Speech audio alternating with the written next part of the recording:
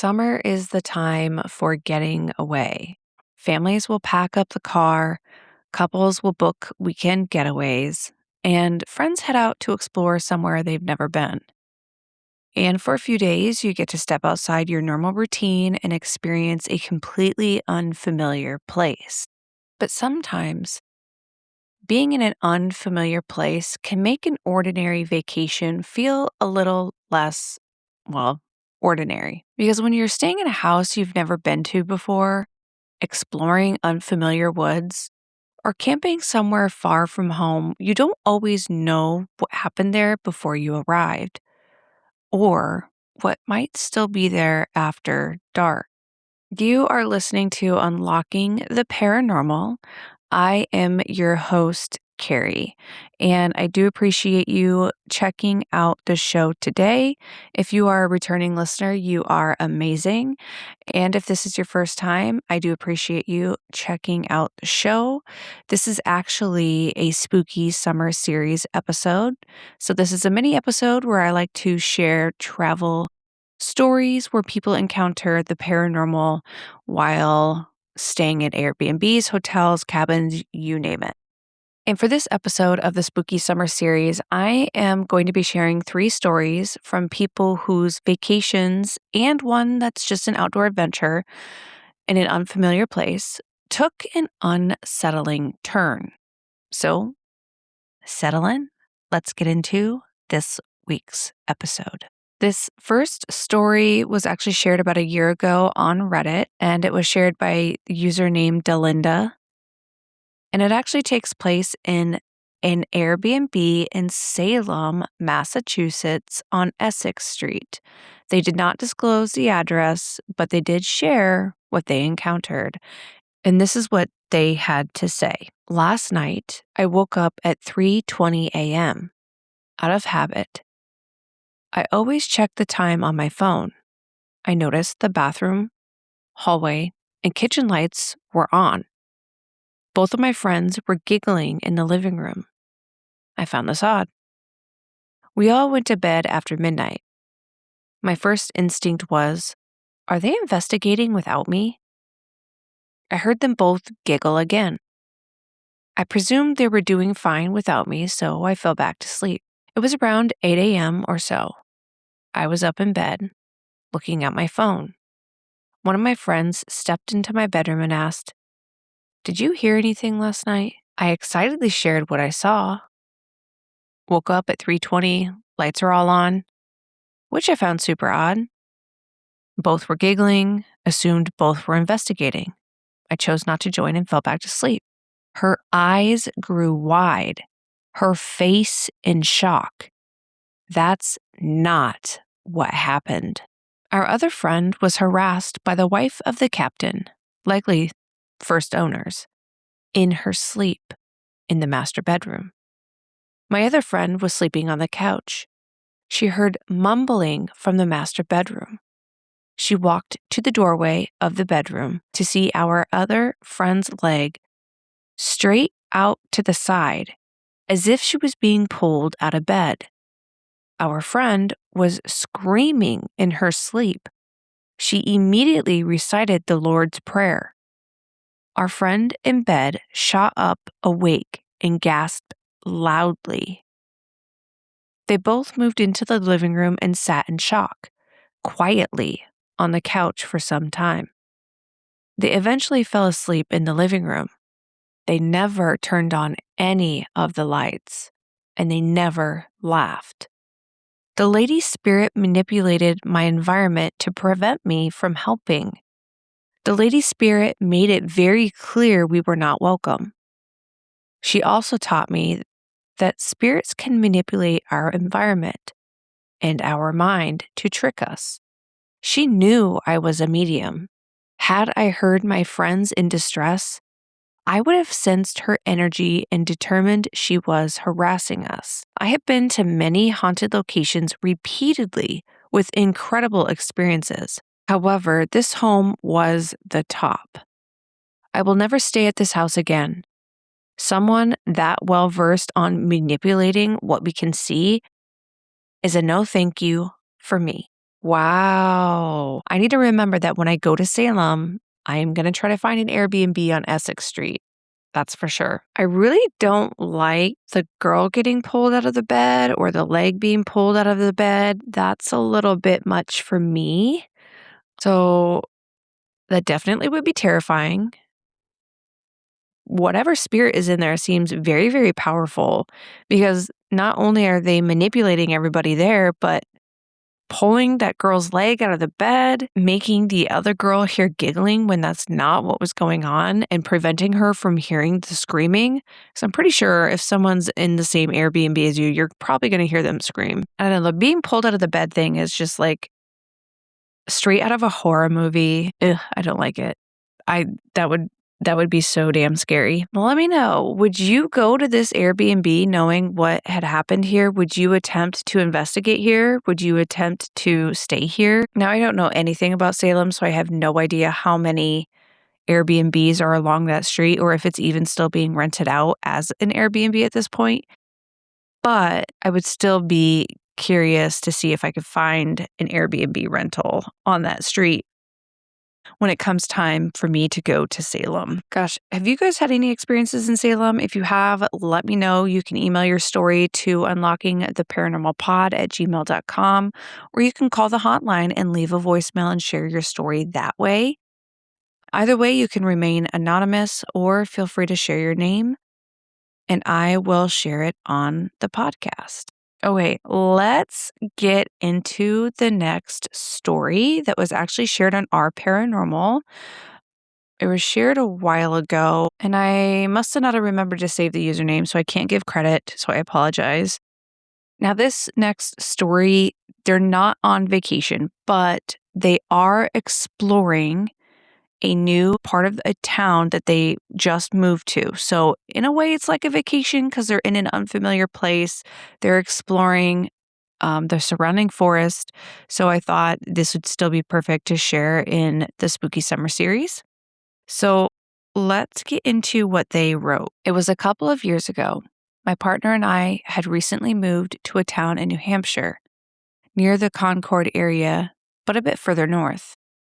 The town has been in the works of planning a whitewater river park on some old building ruins near the downtown area. My partner and I were exploring those ruins, talking and enjoying the surrounding forest. We were walking for about 10 minutes.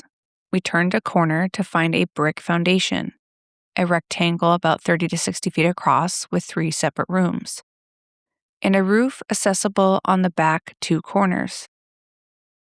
These rooms were quite large, with doorways about 5 feet across. The first room was mostly debris and leftover brick, presumably from deconstruction of the rest of the building or buildings from the surrounding area.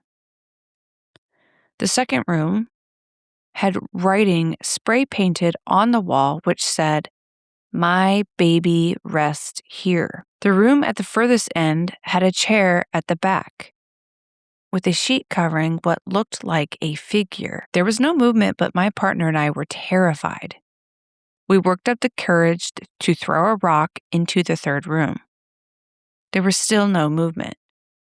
So we stayed to explore a little more. We decided to sit on the roof because the rooms were dark and terrifying. While we were sitting on the roof, talking and enjoying each other's company, there was suddenly the sound of somebody knocking very loudly, 7 times. We stopped talking, listening to our surroundings. The knocking came again. We decided to leave as we felt we had overstayed our welcome in that space. As we start walking away from the foundations towards the trail that leads out of the forest, the knocking continued, getting closer. We make it to the trail and the knocking continues. Still 7 knocks. Silence for a few seconds, and then 7 more knocks. Each time closer to us. We start running. We both ran track and cross country in high school, so we can run pretty fast. The knocking grew louder, closer and closer. behind us as we jogged and then ran and then sprinted for the edge of the woods. As we exited the canopy of trees, the knocking was either gone or drowned out by the sounds of cars on the road 50 feet from the forest. We talked about what it might have been, a houseless person messing with us, or maybe even a group of them. But the knocking was very deliberate, forceful, and each time 7 knocks. The source was not identifiable. The silence and understanding that my partner and I had to exit those woods as fast as possible did not feel like it was encouraged by any living human presence. I would love to hear any theories or similar stories. As would I. It sounds like the knocking was a disembodied noise, especially if they continued to hear it even as they were running away and the sounds got closer to them. They didn't necessarily say that the sounds got louder, like they were hearing it from a greater distance. Rather, it sounded like it was getting closer to them. The woods are already a creepy place, and then you mix in abandoned buildings. That's just like a recipe to be automatically creeped out, be weirded out, and maybe even start to feel a little paranoid. But then I don't think a person is going to make up knocking sounds. And the fact that there was 2 of them that heard it and witnessed it, I don't think that it was like a natural sound of the trees. Like if a tree is making a noise with the wind or whatever. It's definitely strange. And now I definitely want to add New Hampshire to my list of places to go visit. If anybody is listening and you live on the East Coast and you have any New Hampshire stories or any stories from the East Coast, send those my way. I would love to hear them. Again, the email is unlockingtheparanormalpod@gmail.com, or you can call the hotline and the phone number will be in the show notes. Okay, so this last story that I have for today's mini episode was a response to a question that was asked on Ask Reddit. The question was actually asked 10 years ago, and this story was shared 10 years ago, so it's quite an older story. The question was, campers or rangers of Reddit, what's the most unsettling, creepy, and or supernatural thing that has happened to you while in the woods? And this story is one of the responses. So our first 2 stories came from the East Coast, and now we're going to zip across the US over to Big Sur, California. Now I don't know what user shared it because it just shows as deleted. But this is what they had to say. I went camping in Big Sur, California with one of my best friends. It was off season and on a Sunday night, so the place was practically empty. We picked a campsite about a half a mile walk to the ocean. It was in a huge open field surrounded by a lush forest. In the background were limestone mountains, and you could hear the crashing of the ocean waves. Very epic. We spend the night around a campfire telling stories and eating. We're both pretty experienced backpackers too. We are very diligent in ensuring we do not leave any trace of food by our campsite. And almost everything other than our essentials goes to the bear box bag. I have my dog with me too. She's ADA, so she was allowed on the site. She's leashed around one of the few trees in the field on a long metal leash on a full harness. It's a full moon out, and it was pouring beautiful blue light across the field. It was absolutely pristine and breathtaking. Around 1 a.m., something spooks my dog. Now, she is used to the woods and has an incredibly calm demeanor. But she was flipping out, tugging hard on the leash like she was desperate to escape, and she does. She pulls so hard that her harness snaps, and she goes bolting across the field into the wilderness. I lose my cool. I drop everything and bolt after her. I'm not thinking straight. Running into the woods at night? My only concern was getting her, even if it meant risking my own safety. I rescue her. I find her curled up in a random clearing in the woods, looking ashamed and terrified. Thank God she ran in a straight line. Otherwise, I would have been totally lost. I walked back carrying her and my heart is pounding furiously at the horror of the idea of her being lost in the wilderness forever. The thought now is still unbearable. I can feel her heart pounding too in my arms. She is still terrified, no longer in a great mood. We all head to bed in my tent. But my dog won't lay down. She refuses. Her ears are up, and she's staring intensely at the tent wall, as if she could see through it. And she's tracking something. It takes a while for my nerves to calm down from my chase earlier. I'm working hard at taking deep breaths and reminding myself that I'm prepared for anything that I could encounter, that my dog is simply spooked from maybe a raccoon. Maybe she's just exhausted and acting up. And then I hear it. Cackling. Like a high-pitched laughter that is full of a disgusting type of joy. And it's coming from outside my tent. Fuck deep breathing. My senses go on high alert. My body tenses up so tightly, it's like I'm about to break in half. I can't even breathe. And then I hear even more cackling. Like a group of witches were doing something evil just yards away. It fills my hearing. Laughing and laughing and more laughing. It's loud and it just sounds so wrong. I can't even bring myself to move to look at my friend. It's like my entire body has given up. The laughs are then followed up with blood-curdling screams. It honestly sounded like somebody was being murdered. It was full of panic and horror and sadness. Dear God. Could have been wolves or coyotes killing their prey, but it sounded so distinctly human. The laughter, the sobbing, the screams. Finally, my friend says something.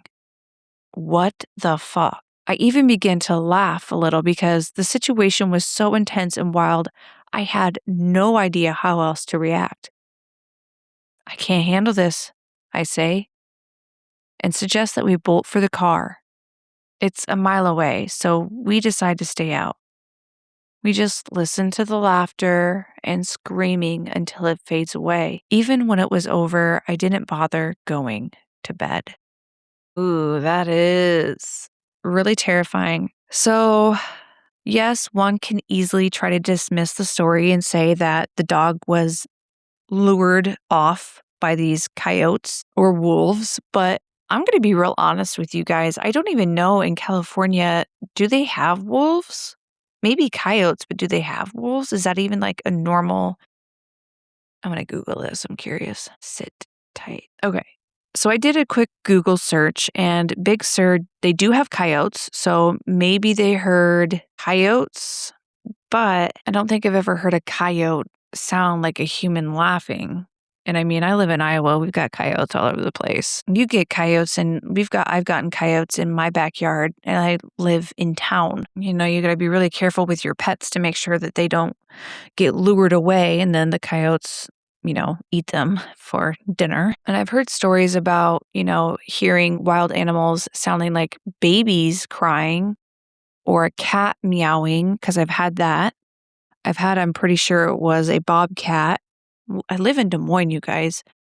Lived in a house in Des Moines in the middle of the city. I had a freaking bobcat attacking another cat, and it sounded like a baby crying. But I've never heard of an animal sounding like a witch cackle. That's just really weird. And anytime your pets are sensing something and they are terrified, you should probably be equally or even more terrified. I think this person is just very lucky that they found their dog and that nothing bad happened to any one of them being out there. Who knows? They could have they could have been near people doing a really weird sacrificial ritual, and they could have been listening to the sounds of someone getting murdered. Like, I don't fucking know. Like, people do weird shit. People do weird shit out in the woods in the middle of the night. Damn.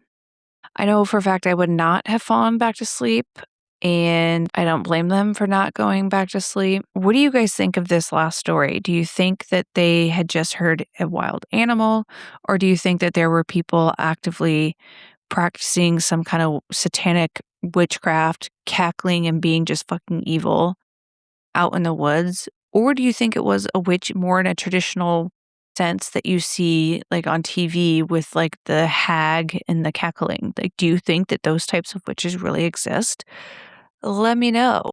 If you have any witch stories of your own where you're encountering a evil witch and or something weird in the woods, you can email your story to me at unlockingtheparanormalpod@gmail.com. You can send me a DM. You can give me a call on the hotline. The phone number will be in the show notes, or the phone number can be found on any of my social media accounts. I am on TikTok, Instagram, and Facebook. And that is actually it for today's mini spooky summer series episode. If you enjoyed hearing these stories, don't forget to share this podcast with your friends, family, and favorite coworker. Head over to my social media, start sharing my posts, sharing my accounts with people that you think might enjoy spooky stories. And I do appreciate you for listening to today's entire episode. And until next time, stay curious.